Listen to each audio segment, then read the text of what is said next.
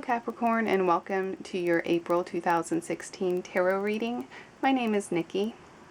Before I begin, I'd like to remind you that this is a general reading for all Capricorns, so if you are interested in something specifically for you, you can visit my website. I will have that linked in the description below. It is $15 for a reading, and there are other offers included in there, so if you want to check out the website, you can do so. Okay, above the cards, I have some gemstones. The big gemstone, that is an Imperial Topaz. I'm resonating with Topaz for the month of April because it is the mystic birthstone for April. And Topaz is just a wonderful stone to work with to improve mental abilities or memory. It has a lot of other healing properties, so if you're interested in learning more about Topaz, you can watch my video that I've made on it. It's just a couple minutes long, and I will link that also in the description below. Okay, so laid before you is your monthly spread. For the first week of April, you have the Golden Flower. Now this is my Chrysalis deck. It's a bit more new age, and so they do rename some of the cards, but the meanings are pretty much traditional. So the Golden Flower is the same thing as Temperance. And Temperance is all about balance and moderation. So for the first week, you're going to be having some peace and harmony in your life. You're not going to be taking anything to extreme. Life's going to seem very reasonable.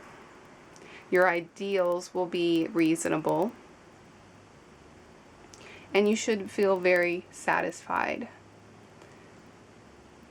Now another thing that I like to add when I see the card Temperance is also indicating Sagittarius. So if you have a Sagittarian in your life, this person could be heavily influencing you in the month or in the first week of the month of April.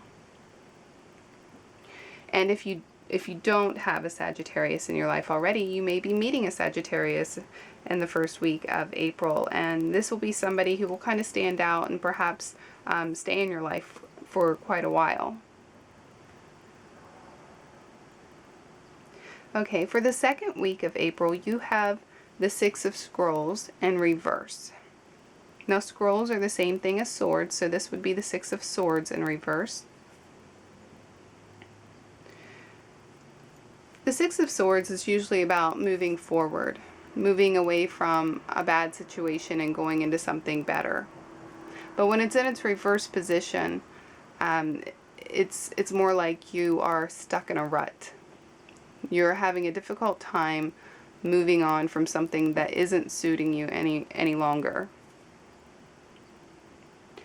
So, you know, for whatever reason, there could be many reasons why you are stuck in this position, like a stalemate, unable to move. You may be lacking insufficient funds. There may be delays in plans that are just because of circumstance. Or this could be something that you are just having an emotionally hard time of letting go of.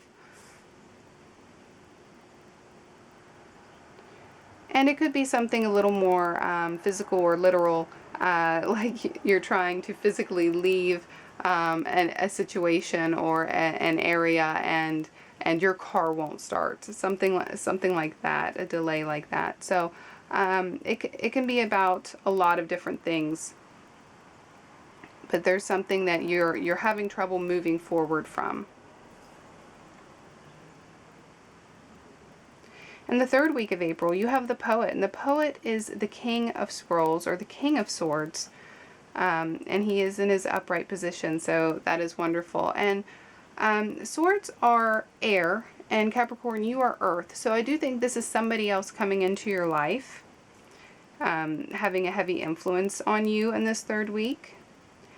They could be offering you some sound advice, And usually when it comes to swords, it is more about communication and advice more than it is about finance. But it can be about finance. That is a possibility. I'm just saying I think it's most likely going to be just verbal. This is somebody who can uplift you. You like what they're saying. They're saying the right things to you. They're saying smart things to you. And, you know, I think for a small portion of you, you could be playing this King of Swords yourself. Just because you're not an air symbol does not mean that you can't play that role. There are different times and situations that we have to play different roles in our life. And if that is the case, then you're going to be very on cue. You're going to be very charming and very witty and very intelligent in what you say and with the words that you choose to use. And if, and I think for the majority of you, this person that's coming into your life, they will most likely be an air symbol. So that would be an Aquarius, a Libra, or a Gemini, and they're going to be very, very helpful with whatever advice that they have to give you. So listen to what they have to say. I do believe that their intentions are well, and they have all around good things to say that will improve your situation. And it may have to do with what's going on in this second week. So if you have something going on in the second week that is just kind of overlaying, if it's a bigger situation that doesn't pass by the third week, then this person may be helping you get out of that bad situation or move on from whatever it is that you need to move on from. In the last week of April, you have the Five of Mirrors in reverse. And mirrors are cups, so this is the Five of Cups in reverse. And the Five of Cups is generally about grieving. But when it's in its reverse position, it's more about healing.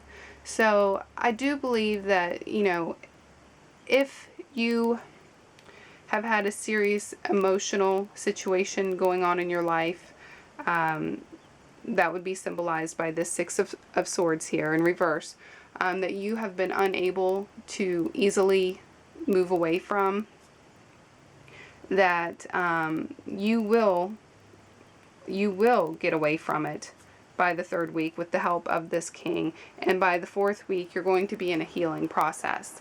Now that is specifically for some of you. I don't think that all of you are going through the same situations. So you know, for the other portion of you, I think that this Five of Mirrors has to do with something that has happened in the past that is just stuck with you for, you know, a long while. I don't see anything, you know, majorly happening recently other than perhaps this. And like I said, that's just going to be a portion of you. But either way, in this last week, there's going to be some emotional healing that's going on. You're going to be putting the grieving behind you and stepping into that next, that new place of renewal and letting things, you know, letting things be how they are, acceptance.